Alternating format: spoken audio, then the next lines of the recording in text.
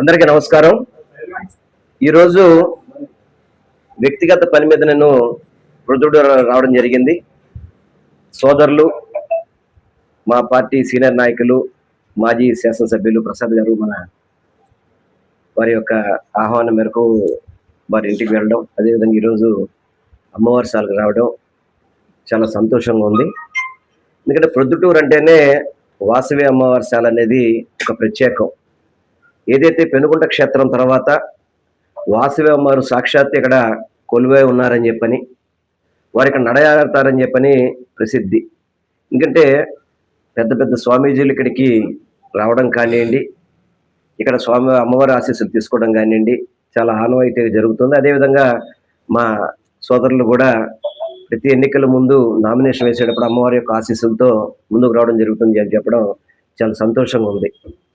వాసవి మాత బిడ్డలుగా మేమందరం కూడా ఎంతో గర్విస్తుంటాం. ఈరోజు ప్రొద్దుటూరు నుంచి ఇద్దరు వైశ్యులకి టీటీడీ బోర్డు మెంబర్లుగా అవకాశం కల్పించిన జగన్మోహన్ రెడ్డి గారు, అదేవిధంగా స్థానిక మాజీ శాసనసభ్యులు సోదరులు, స్థానిక ఎంపీ గారు కావచ్చు. ఎందుకంటే ప్రొద్దుటూరుకు ఒక ప్రత్యేకమైన ఇష్టంతో ఇక్కడున్న వైశ్యుల్ని అందరూ కూడా కలుపుకొని ముందుకెళ్లాలనే ఉద్దేశంతో చెప్పగిరి ప్రసాద్కి కానీ, మారుతికి కానీ గతంలో ఎన్నడూ లేని విధంగా ఆర్యవైశ్యులకి పెద్దపీట వేసిన ఘనత వైఎస్ జగన్మోహన్ రెడ్డి గారిదని చెప్పిన కూడా మీ ద్వారా తెలియపరచుకుంటున్నాను. దాంతోపాటు ఆర్యవైశ్యులకి అనేక రకాలుగా సపోర్ట్ చేస్తూ ఒక టిటిడి బోర్డు మెంబర్గానే కాదు, అనేక చైర్మన్లుగా కావచ్చు, వివిధ దేవాలయాల్లో అన్ని దేవాలయాల్లో ప్రముఖ దేవాలయాల్లో కూడా సభ్యులుగా వేయడం కానివ్వండి, ప్రతి ఒక్క దాంట్లో కూడా ఆర్యవైశ్యులకి పదవులు దక్కినాయి అంటే అది జగన్మోహన్ రెడ్డి గారి ప్రభుత్వంలోనే 2019-24 వరకు స్వర్ణయోగం అని చెప్పని చెప్పుకునే పరిస్థితి ఈరోజు ఆర్యవైశ్యుల్లో కలుగుతుంది. ఈరోజు ఈ కూటమి ప్రభుత్వం 2 ఏళ్ల పరిపాలన చూసుకుంటే కనుక ఎక్కడో కూడా ఆర్యవైశ్యులకి ప్రాముఖ్యత ఇవ్వడం కానివ్వండి, ఆర్యవైశ్యుల్ని ఓటు బ్యాంకుగా వాడుకుంటారు తప్ప ఎక్కడో కూడా వారికి సరైన స్థానం కల్పించిన పరిస్థితి అయితే కనపట్టలేదు.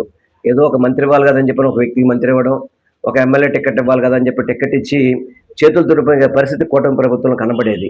కానీ జగన్మోహన్ రెడ్డి గారి హయాంలో అలా కాదు. ఆర్యవైశ్యులు అంటేనే సమాజానికి మేలు చేసేవాళ్ళు, సమాజానికి సహాయం చేసేవాళ్ళు ఒక ఆలోచనతో అన్ని చోట్ల కూడా ఎక్కడ అవకాశం ఉంటే అలా రాజకీయంగా అవకాశం కల్పించారు. అదేవిధంగా వాళ్ళకి అధికారంగా కావచ్చు, వారికి గౌరవం ఇచ్చే దాంట్లో కావచ్చు జగన్మోహన్ రెడ్డి గారు పెద్దపీట వేశారని చెప్పడానికి 2019-24 పరిపాలన మీ అందరికీ కూడా నిదర్శనం తెలియపరచుకుంటున్నాను. నేను నిన్న సాయంత్రం రావడం జరిగింది ప్రొద్దుటూరుకి. వచ్చినప్పుడు ప్రొద్దుటూరు నగరంలో చాలామంది నన్ను ప్రొద్దుటూరు నగరంలో తీసుకెళ్ళి తిప్పడం జరిగింది. విజయవాడ నగరంలో ఏ విధంగా అయితే డబుల్ రోడ్స్, సెంట్రల్ లైటింగ్స్ ఉన్నాయో ప్రొద్దుటూరులో వచ్చినాయంటే మా శివప్రసాద్ గారు, మా మాజీ శాసనసభ్యులు ఘనత అని చెప్పని ప్రతి ఒక్కళ్ళు కూడా రాజకీయాలకు అతీతంగా ప్రతి ఒక్కళ్ళు కూడా ప్రొద్దుటూరు అభివృద్ధి చెందిందంటే గతంలో దశాబ్దాలుగా ఇక్కడ ఎమ్మెల్యే ఉన్నప్పటికీ కూడా వాళ్ళు చేయలేని పనులని కూడా ఒక 5 సంవత్సరాలు అపోజిషన్లో ఉన్నాడు, అపోజిషన్ టైంలో ఎమ్మెల్యేగా ఏం చేయలేని పరిస్థితి. అదేవిధంగా లాస్ట్ 5 yearsలోనే చక్కటి రోడ్లు వేయడం కానివ్వండి, అదేవిధంగా వ్యాపారస్తులకి ఒక మార్కెట్ కట్టాలని చెప్పిన ఒక సంకల్పంతో సుమారు 50-60 కోట్లు పెట్టి ఒక మార్కెట్ని దాన్ని శంకుస్థాపన చేసి సర్వేగంగా దాన్ని పనులు పూర్తి చేయడం కానివ్వండి, బస్టాండ్ ఆధునీకరించడం కానివ్వండి, అదేవిధంగా వెజిటేబుల్ మార్కెట్ కావచ్చు, అవన్నీ కూడా ఎంతో చక్కగా సిటీలో కూడా లేని విధంగా ప్రొద్దుటూరులో అభివృద్ధి జరిగిందని చెప్పేదానికి చాలా గర్వంగా ఉంది. ఆ ఘనతంతా కూడా మా మాజీ శాసనసభ్యులు సోదరులు అని చెప్పి మీ అందరికీ కూడా తెలియపరచుకుంటారు. ఎందుకంటే ఈ 2 ఏళ్ల పరిపాలనలో కనీసం వీరు అభివృద్ధి చేసింది మెయింటైన్ చేసినా బాగుండేది. కానీ వీరు ఏదైతే అభివృద్ధి చేసింది కొంత పెండింగ్ ఉంటే ఆ పెండింగ్ వర్కులు కూడా పూర్తి చేయలే అసమర్థ ప్రభుత్వం, కూటమి ప్రభుత్వం అని చెప్పి మీ అందరికీ కూడా తెలియపరచుకుంటున్నాను.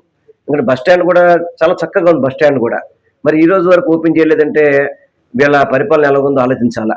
త్రాగునీరు సమస్య విపరీతంగా ఉండేదని చెప్పి అన్నారు.